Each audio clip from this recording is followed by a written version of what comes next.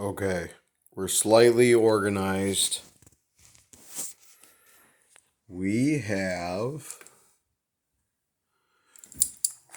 finished off our chassis. You see that crack right there? Went into the upper a little bit, but hopefully we can salvage that for a spare part. So we already popped the chassis once in the center here. Right here where there's some glue. I noticed this back piece started popping out.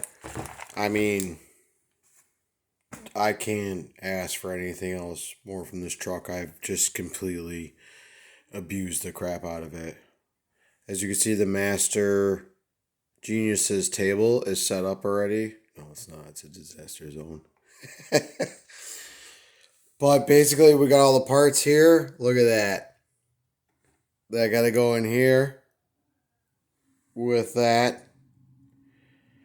I got another long wheelbase in here somewhere.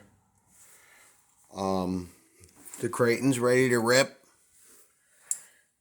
We got a little indoor track here.